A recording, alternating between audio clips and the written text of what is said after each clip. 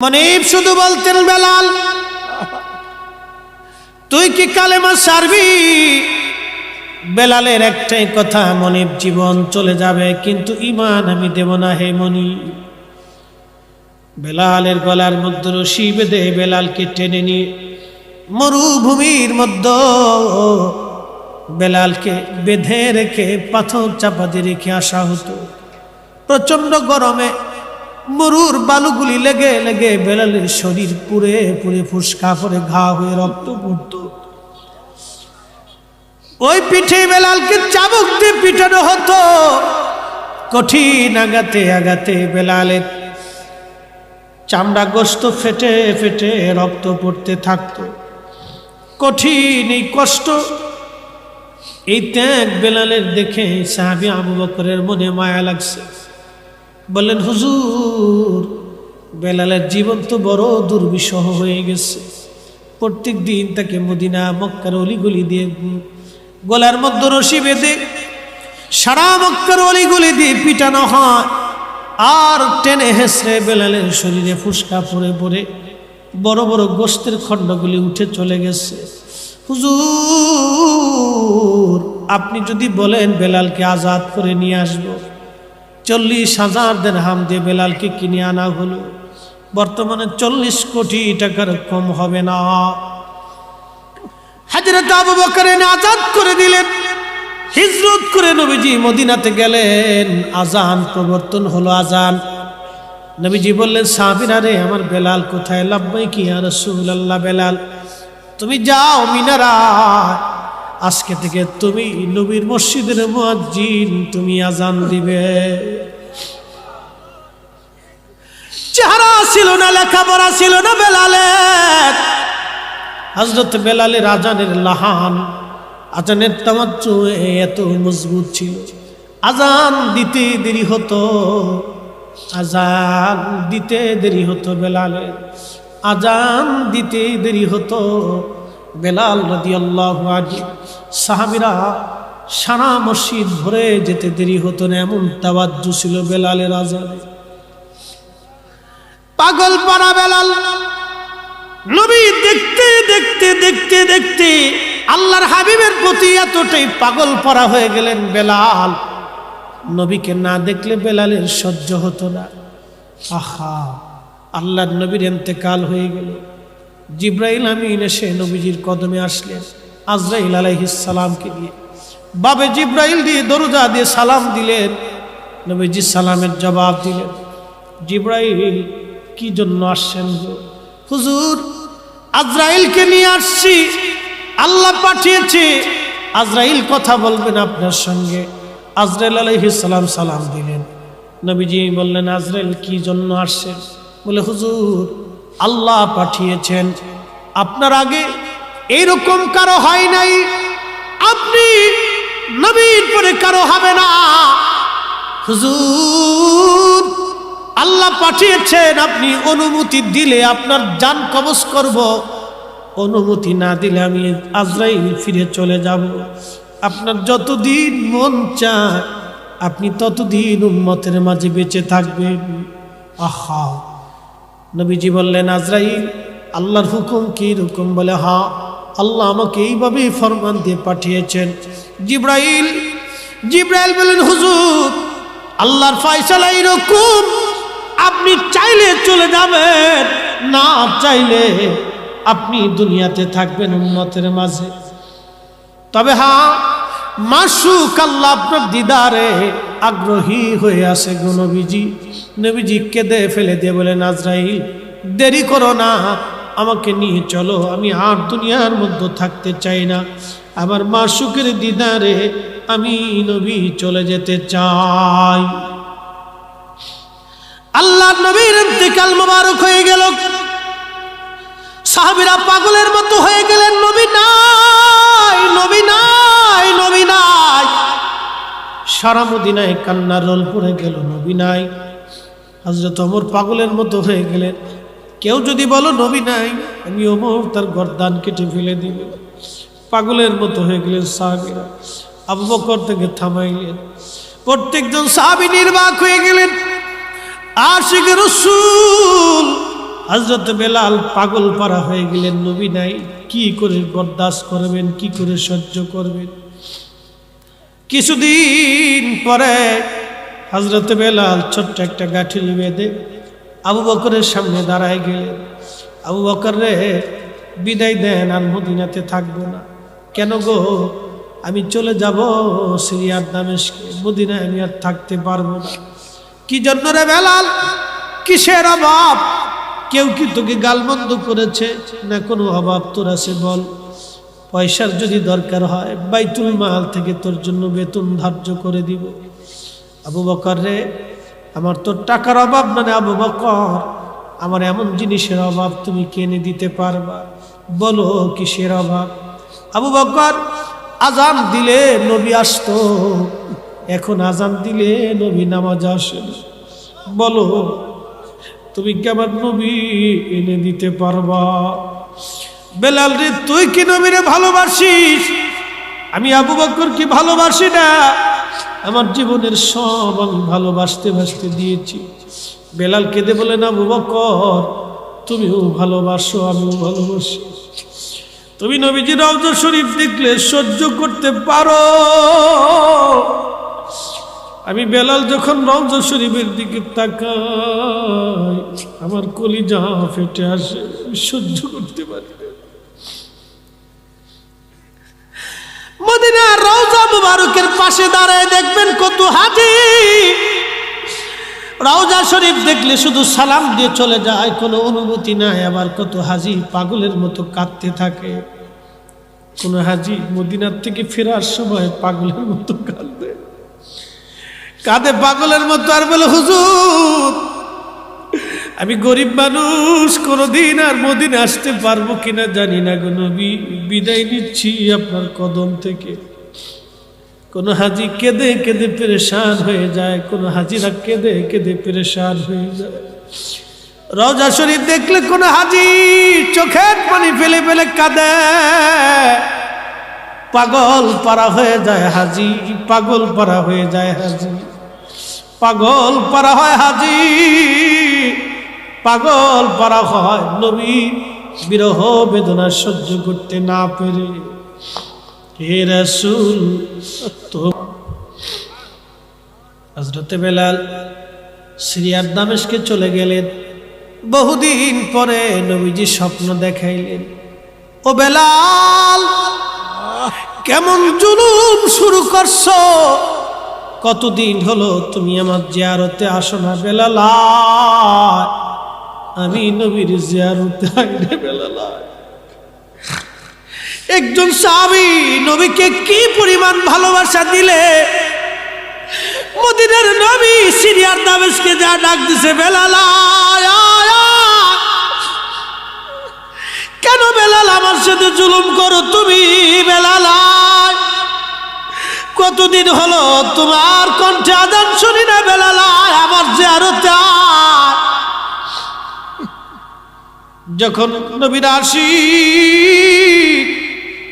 এই স্বপ্নখানা দেখলে, এই স্বপ্নখানা দেখার সঙ্গে সঙ্গে পাগল হয়ে মদিনাতে ছুটে আসছে তিনি। তাহাজ্জুদের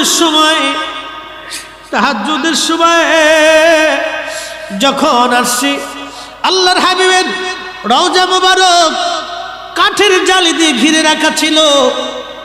ওই রওজা মুবারকের পাশে বসে বসে বেলাল কান্দে আর বলে, হুজুর আসতে বলেছিলেন, আমি আসছি, কিন্তু আজান দিতে বলছেন নবী গো, আজান দিলে কি আপনি আসবেন? নতুন মুয়াজ্জিন আসছে, নতুন মুয়াজ্জিন এসে দেখি নবীর মুয়াজ্জিন বসে বসে কাঁদে।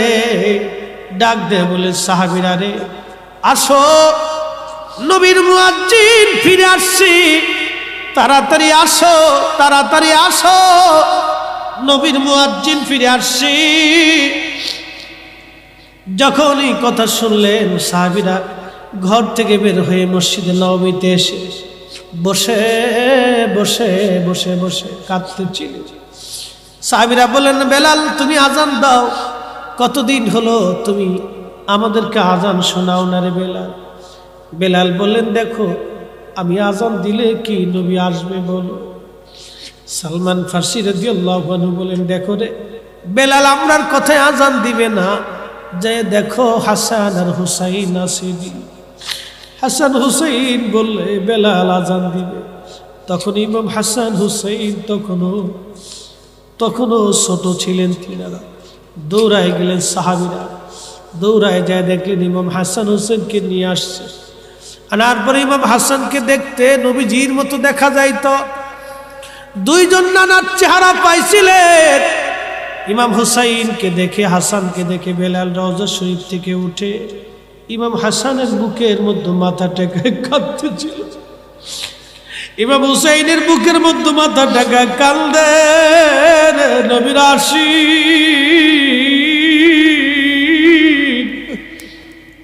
হযরত ইমাম হুসাইন হাসান ডাক দিয়ে বলেন, নানার মুয়াজ্জিন, কতদিন হলো আমাদেরকে আজান শোনাও না।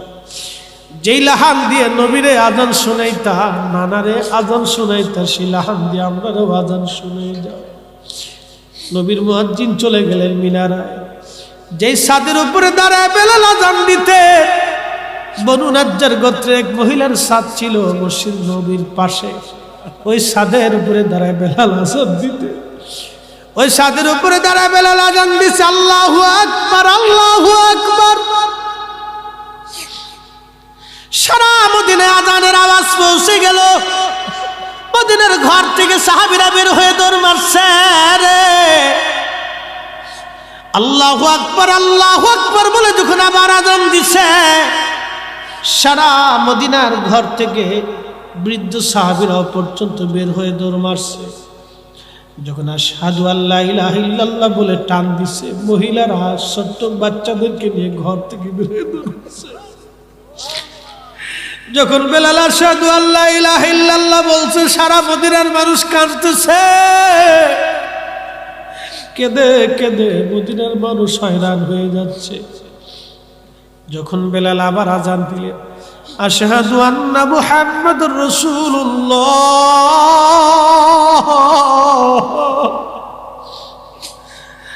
মদিনার মাটি থরথর করে কেঁপে উঠছে। হযরত বেলাল ছাদের উপর থেকে অজ্ঞান হয়ে পড়ে গেছেন। বেহুশ, নবী প্রেমে পাগল সাহাবী আশিক রাসূল হযরত বেলাল বেহুশ হয়ে পড়ে গেলেন।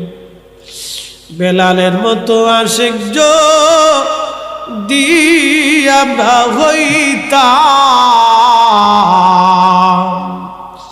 এ দুনিয়ায় নবীর দেখা পাইতাম,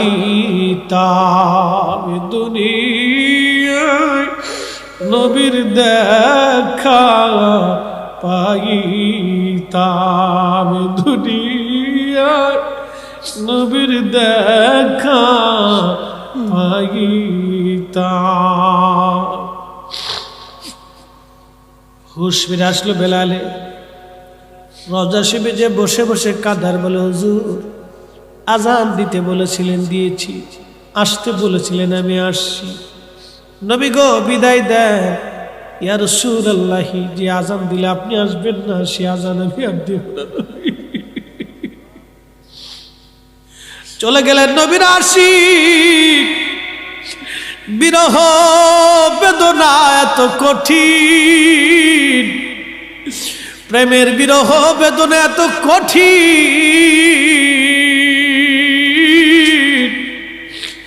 নবী প্রেমের বিরহ বেদনা এত কঠিন। বেলাল সহ্য করতে না পেরে কলিজা ফেটে মারা গেলেন। বিরহ বেদনা এত কঠিন, সহ্য করতে না পেরে বেলাল, সহ্য করতে না পেরে বেলাল দুনিয়ার থেকে বিদায় নিয়েছিলেন। বিরহ বেদনা এত কঠিন। হে সবজ গম্বদ মহলে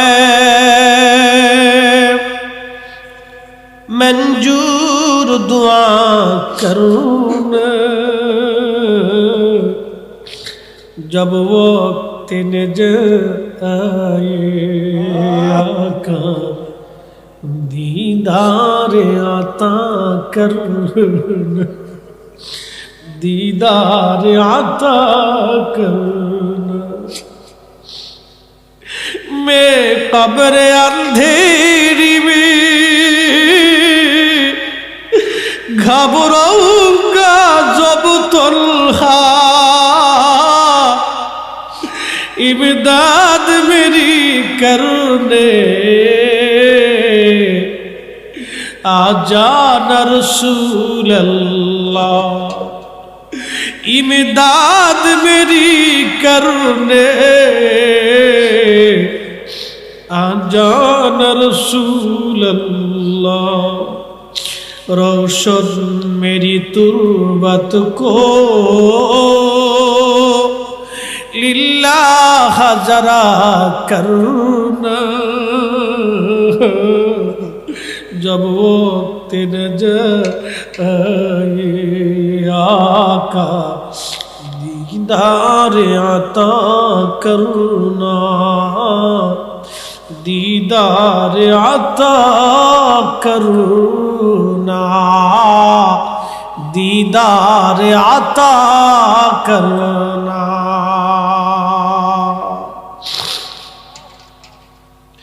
এসেছেন যত নবী সকলের ইমাম, সালাম নবী তোমায় হাজারো সালাম, ইয়া নবী সালাম। মনে কিছু নিয়েন না, বসে থাকতেন, তাহলে উঠে যাবেন না তো, দোয়া করে যাবেন তো ইনশাল্লাহ। আচ্ছা, দোয়া করে গেলে আমার সার্থকতা। বাপ, আমি আপনাদেরকে দোয়ার জন্য বসে রেখেছি। আব্বা, আপনাদেরকে একটা কথা, হ্যাঁ একটা কথা বলি, আমি দোয়ার পাগল কেন আপনাকে বলি, আমি দোয়ার কেন পাগল আপনাদেরকে বলি, আপনাদেরকে বলি দোয়ার কেন পাগল আমি।